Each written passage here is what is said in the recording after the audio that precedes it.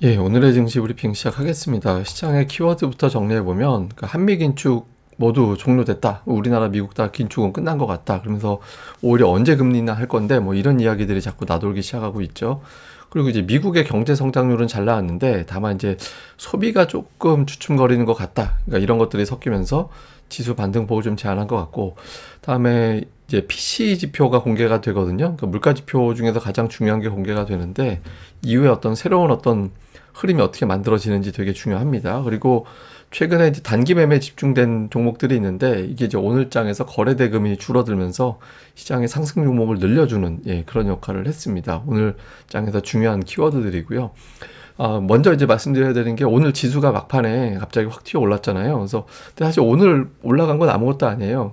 매년 보면 11월 마지막 거래일에 확 올라가거나 확 빠지거나 보통 막 종가가 1.5% 이상 올라가거나 1.5% 이하로 빠지거나 뭐 그런 경우가 있거든요. 그 MSCI 리밸런싱이 진행되는 날이라서 이때 이제 동시효과 때 대량 거래가 막 터지고 막 그러거든요. 그래서 오늘 뭐 외국인들이 뭔가 좋은 거 생겼나 뭐 이런 거 아닙니다. 오늘 이것 때문에 움직인 거니까 기본적으로 알아두시고요. 시장 영향 준 재료부터 보면 미국 3분기 GDP가 나왔습니다.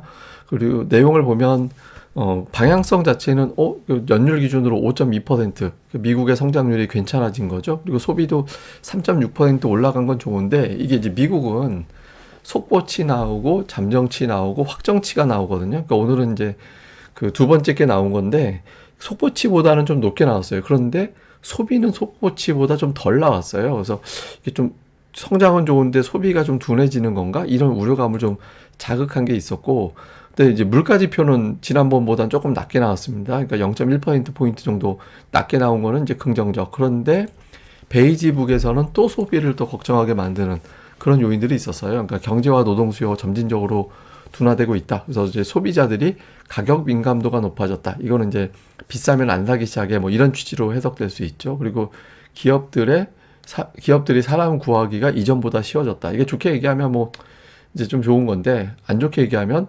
소비가 둔해지는 조짐인가 또 이렇게 해석될 수 있잖아요. 그러니까 이런 게 막 섞여 있다 보니까 크게 올라가기도 애매하고 내려가기는 더더욱 아니고 조금 올라가는 정도, 조금 올라갈 정도의 재료인가 보다 이렇게 이제 평가가 나오게 된 거고 연준 인사들 발언은 오늘 장에서는 2대1, 두 명은 중립 이상, 한 명은 매파적 이렇게 이제 이야기를 했는데 뭐 경제 연착륙 가능성이 높아졌다라고 이야기하는 또 인플레 하락세가 이어질 것이다라고 이야기한 라파엘 보스틱이 있는 반면에 토마스 바킨 같은 경우는 여차하면 금리 또 올릴 거야 이런 어떤 발언을 했거든요.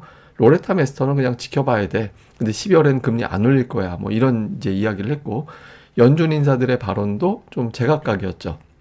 그래서 근데 어쨌든 비율을 굳이 따지자면 약간 2대1 정도 비율이기 때문에 이것도 조금 올라가는 정도의 요인. 그래서 오늘 지수가 뭐 동시효과 전 상황만 놓고 보면 이제 약간 올라갔잖아요. 그래서 그 정도의 흐름을 이제 만들어주는데 외부 재료들은 나왔던 것 같습니다. 그리고 아침에 제가 말씀드린 건데 엔비디아 주가가 못 올라가는 지금 막혀 있는 이유. 뭐 기관들 비중이 최대치로 올라와서 살 사람들은 다 샀다. 그다음에 이제 중국 관련된 리스크가 좀 일부 있다. 그다음에 AMD를 비롯한 도전자들이 있다. 그래서 이것 때문에 좀 무거워진 거고 샘 스토월 같은 사람은 엔비디아가 이제 이제부터 제대로 확 올라가려면 암 치료제 개발하는 방법밖에 없다. 뭐 이런 식의 어떤 이제 우스갯소리까지 했거든요. 근데 어쨌든 엔비디아 같은 종목군들이 오늘 좀 뉴스가 많이 나오긴 했습니다. 근데 미국에서 이제 이런 시각도 있다라는 점 제가 그냥 토막 뉴스로 하나 말씀드리고 지표는 이제 국채금리가 4.3 밑으로까지 빠지는 그런 모습이 나왔고 그러다 보니까 내년도 3월부터 금리 내려갈 거야라고 보는 시각이 지금 46% 정도까지 올라왔어요. 그리고 이제 5월 같은 경우는 아예 금리 인상 그냥 하는 걸로, 거의 80% 정도 가까이는 내년도 5월에는 금리 인하가 되는 걸로 지금 생각하고 있거든요. 그래서 금리 인하 가능성이 상당히 높아진 걸로 돼 있는데 이게 PC 지표가 어떻게 나오느냐에 따라서 이런 기대를 뒷받침해 줄지가 작용이 돼서 요거는 좀 계속해서 내용을 좀 살펴봐야 될 것 같습니다.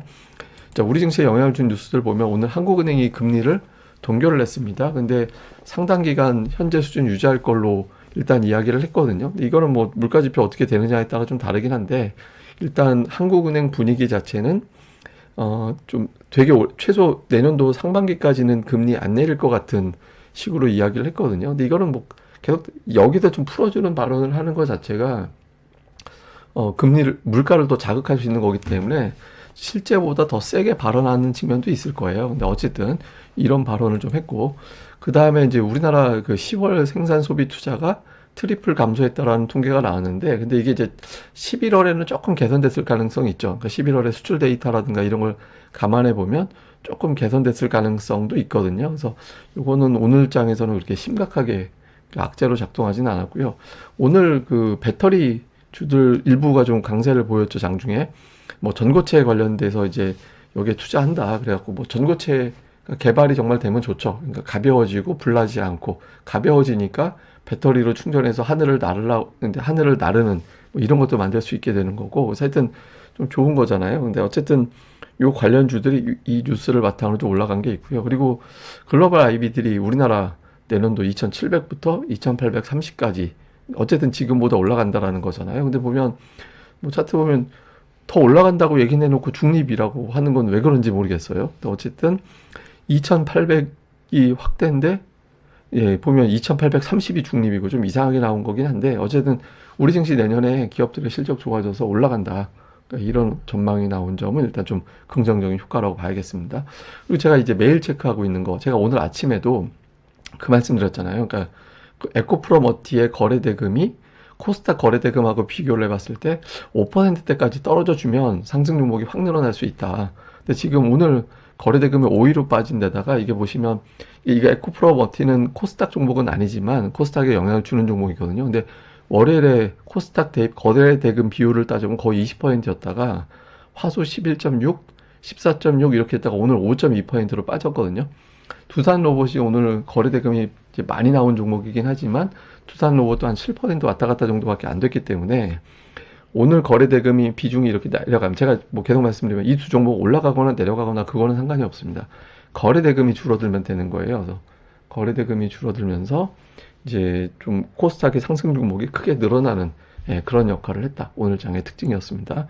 수급에서는 이제 외국인들 매수 들어왔는데 이거 동시효과에 들어온 거라서 앞서 말씀드린 대로 MSCI 관련된 리밸런싱 영향, 그러니까 매년 11월 30일 날 코스피 종가 보세요. 되게 요란하게 끝났거든요. 그래서 오늘도 이런 어떤 이슈가 있어서 외국인들이 좀 시장 참여 마치 많이 한 것 같이 보였습니다. 근데 그래서 사실 수급에 조금 왜곡이 있긴 한데, 어쨌든 장중 기준으로 봐도 이제 하이닉스 매수를 했거든요. 그다음에 이제 두산 로봇을 또 외국인들이 매수하는 게 있었고, 한미반도체하고 하이닉스 최근에 이제 매수하는 게 있었고, 반면에 이제 삼성전자는 600억대 적지 않은 금액에 이제 매도를 했고, 2차 전지 관련된 종목군들 또 매도 쪽에 좀 비교적 들어가 있는 종목 수가 많았고요. 그다음에 기관 같은 경우는 삼성전자, 하이닉스가 순매수 1, 2위. 근데 금융 투자가 매수로 잡혀 있어서 이제 그렇게 보여지는 측면이 있는데, 근데 어쨌든 양쪽이 공통적으로 하이닉스 샀잖아요. 아마 이 뉴스도 영향을 줬을 겁니다. 그러니까 3분기 서버딜의 매출액을 보면 하이닉스가 거의 50% 차지했거든요. 삼성전자 35%, 마이크론 15%. 그래서 하이닉스가 상당히 약진을 한 것 같아서 실적이 잘 나오려나 보다. 그러니까 이런 평가가 좀 나왔죠. 그래서 이런 것들이 좀 주가를 끌어올리는, 아니, 그러니까 매수가 붙는 그런 요인이 됐던 것 같습니다. 다음에 이제 코스닥에서는 외국인들이 HPSP 최근에 꾸준하게 매수하고 있는 종목이고, 그다음에 에코프로는 사고 에코프로 BM은 팔고 엇갈리게 매매를 했고요. 그다음에 그 외에는 뭐 이렇게 업종 내에서 좀 골라 사는, 예, 뭐 특별하게 이제 특정 업종을 집중 산다라기보다는 좀 골라 사는 움직임을 보였는데, 다만 이제 반도체 계열의 종목들이 조금 숫자가 많았던 게 특징이었습니다. 그다음에 기관 투자자들은 오늘 뭐 매도한 데다가 업종에서도 이렇게 양쪽에서 뭐 한 업종 샀다 그러면 한쪽에는 파는 게 있고 뭐 이렇게 좀 엇갈렸거든요. 그래서 좀 골라서 담는, 예를 들어서 뭐 원익이 IPS는 파는데 동진 세미캠, 주성 엔지니어링, 뭐 코미코 이런 거는 사고, 뭐 이런 식으로 좀 엇갈렸죠. 그래서 뭐 에코프로는 파는데 LNF는 사고, 이렇게 좀 엇갈리는 매매를 해서 지금 기관은 그냥 종목별로 골라 담기 장세, 뭐 이렇게 이제 가고 있는 것 같습니다. 자, 관전 포인트 짚으면 10월 PC가 나오는데 예상은 전년 대비 3.0, 전월 대비 0.1, 근원은 3.5, 0.2 예상하고 있거든요. 만약에 여기서 마이너스가 나오게 되면, 예, 시장이 이제 금리 인하에 대한 기대를 더 갖게 될 가능성이 있거든요. 그렇게 아니면 또 여기서 전월 대비 0.3, 0.4 이렇게 나오면 조금 흔들릴 수도 있습니다. 이 수치 되게 중요하고, 최근에 빅테크가 줄줄이 올라가지는 못하고 있거든요. 앞서 제가 그 엔비디아도 말씀을 드렸습니다만은, 그러니까 뭐 다 재료 알고 있어서 못 올라간다. 뭐 이런 식의 어떤 의견들도 있거든요. 그래서 빅테크들 중에서 제가 계속 말씀드리지만 뭐래도 좀 올라야 된다. 그러니까 시가총액 큰 종목을 끌어올릴 정도의 자금이 들어왔다. 이걸 보여주는 측면이 있기 때문에 그걸 좀 볼 필요가 있고요. 그 다음에 코스닥이 제가 이거 오타났네. 2002년 이후에, 2010년인데 제가 저거 잘못 썼습니다. 그러니까 2000년 이후에 상승률 3위 기록했거든요.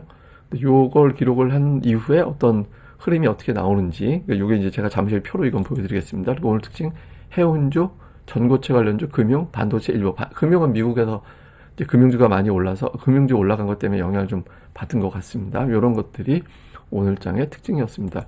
제가 이제 요거 장중에 또 채널로 보여드린 건데, 제가 자막이 오타가 좀 있네요. 월 10% 이상 코스닥 올라간 날, 2010년 이후에 8번 있었어요. 이번 포함해서.